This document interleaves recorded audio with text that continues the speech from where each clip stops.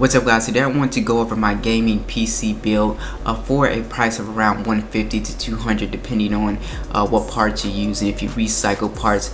So I want to get into the parts. I did this build for my dad. His old computer died, so let's go ahead and get into this. So I went with the AMD A6 74K. This is a dual core APU clocked at 3.5 gigahertz and it goes up to 3.9 gigahertz. You will need an FM2 motherboard for this build.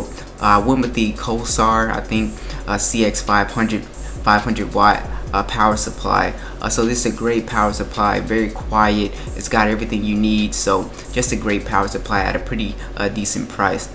So I went with this micro ATX mini tower. It was really cheap, and you know, it didn't have any other flashy lights or anything like that. They said they didn't want it, so for 25 bucks it's a pretty decent little case. It's, like I said, it's, you know, very bland and boring, but you know, it's cheap. So I went with this motherboard. This is one of the best you can get for a really good price.